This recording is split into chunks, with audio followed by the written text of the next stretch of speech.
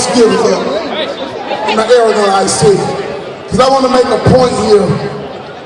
I went to Sanford, Florida, to the same 7-Eleven where Trayvon Martin bought his Arizona iced tea and Skittles, because I wanted to understand for my own self what it was like to go into a store as a young brother, talking to your girlfriend, trying to get back home to a game, armed with Arizona iced tea and Skittles. And it only cost me $3.48. I want y'all to hear me on this, how serious this is. I then walked the same walk that Trayvon walked with tears in my eyes, because I wanted to try to understand as close as I could the fear that that young brother must have felt at a certain point on that walk. Don't believe the hype. I don't care who was on top first. I don't care who was on top last. Trayvon Martin, if he was on top, God bless him. That simply means he was fighting for his right to the end. Because if I'm in Trayvon Martin's position, I'm going to fight to the end to make it home. I am. Hear me now, my fellow brothers and sisters and the bikers. All the way back against the church wall, I want you to hear me. This was the most beautiful show of force that I have seen in all the time and I thank you, but I want you to hear something else. The enemy that we face have already calculated this, that black folk know how to rally, they know how to march, they know how to show their numbers. They know how to express emotions for a while.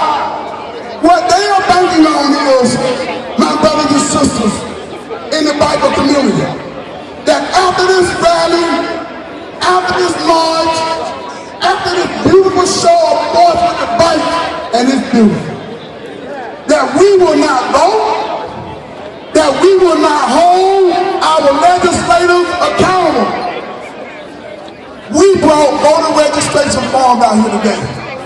Listen to me, my brothers and sisters. You haven't heard anything else, you gotta hear this. You cannot help Trayvon Martin unless you are organized with your voting rights, unless you are prepared and waiting, and Charles the President has promised us that all of the bikers in their group, all of the bikers connected to them will be registered, and they will not only show their vote for bikes, but with their votes.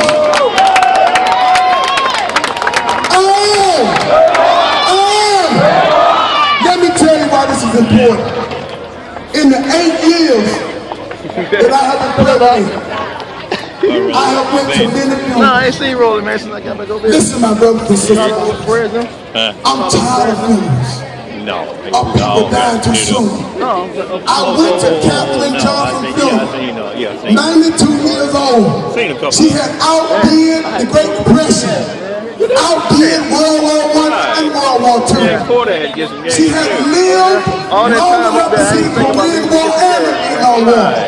And she was cut down by some police officer who mistaken her for a drug dealer. I went to the funeral of Jordan Davis, 17 years old, and the coffin is much bigger than he is. And the last thing they read in the card was, Jordan Davis said, in the car. I want to be like my father so I can learn to live a long life. He loved his father. Don't believe the hype. They say to us, stand your ground law is meant for us too. Well, let me give you a situation. John McNeil, a black man on his own property, and a white man with a weapon came up to John McNeil, and John McNeil fired one shot. He yelled, he backed up, and he had no choice but to kill him. And he went to jail, brothers and sisters, and he was doing life until the NAACP got in and got him out.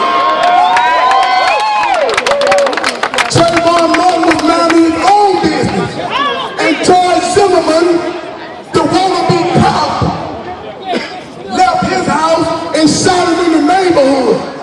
And the laws protected George Zimmerman and not Trayvon, because the jury, who all had children, saw George Zimmerman as one of their children and not Trayvon Martin. And so I'm looking to introduce my brother because I want Wayne and Charles to talk directly to me. A grown man with a gun can't subdue a 17. My heart is breathing. And either one of you on the bikes right now know what I'm saying. Out there alone and by yourself, they can easily make you a target. But together, when I was riding down that road, I had a Malcolm X moment. I had one of those by any means necessary. I said, look at my brothers and sisters trying to touch me now. There is strength